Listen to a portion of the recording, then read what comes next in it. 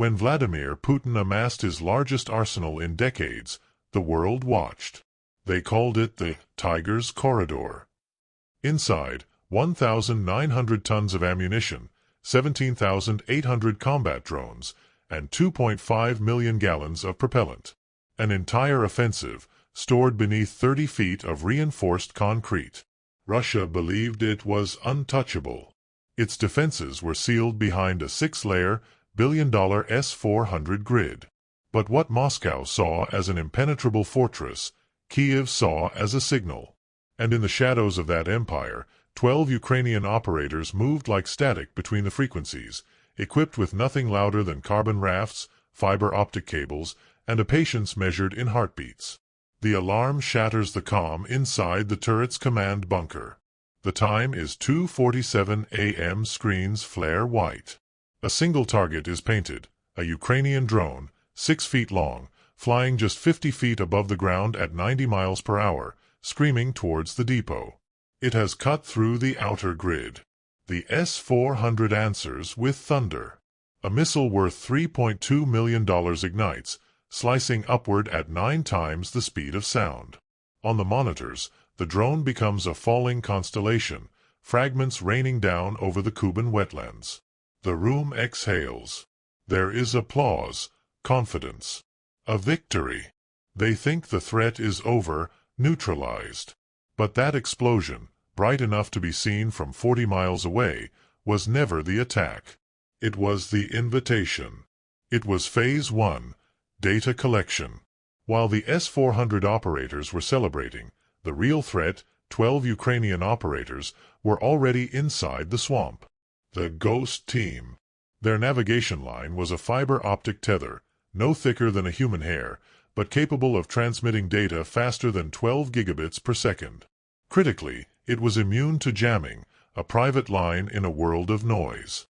Their transport, nanocarbon rafts, each weighing less than 30 pounds, light enough to be lifted with one hand, sliding silently across the water.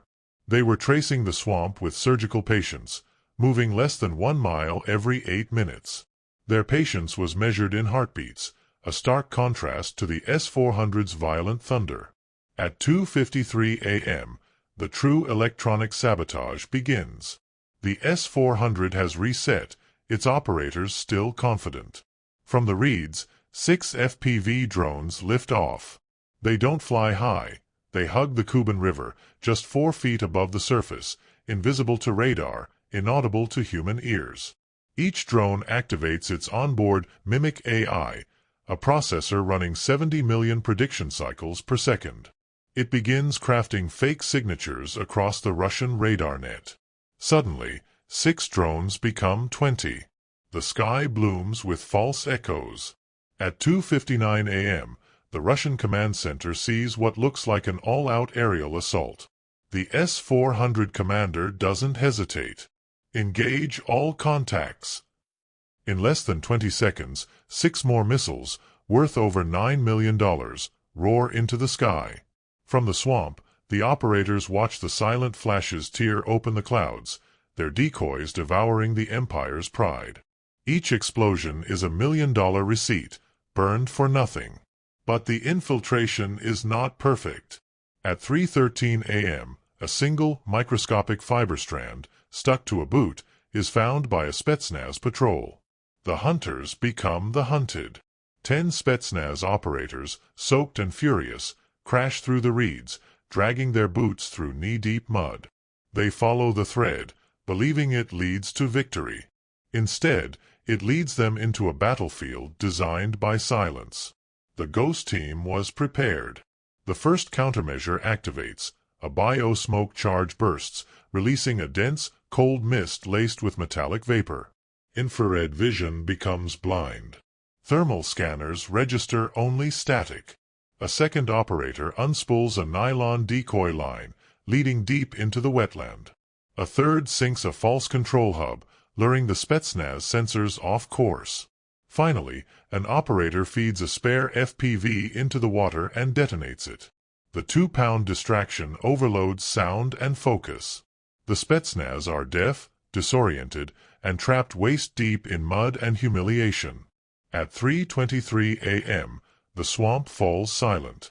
The S-400 is blind, its operators staring at a sky full of ghosts. The Spetsnaz team is lost, mired in a swamp of their own making. The ring is closed. The order comes in one word: execute.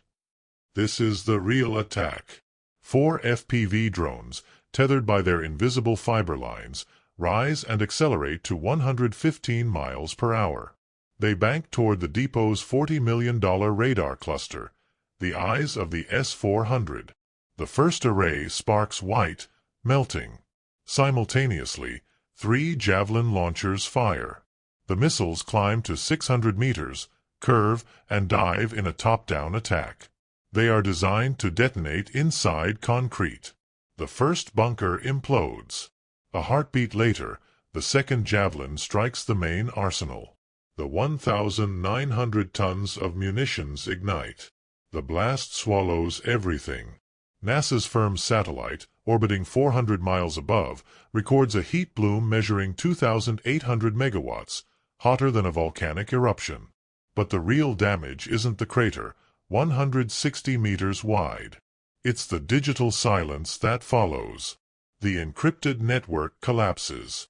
21 senior officers, logistics, artillery, and electronic warfare specialists are vaporized.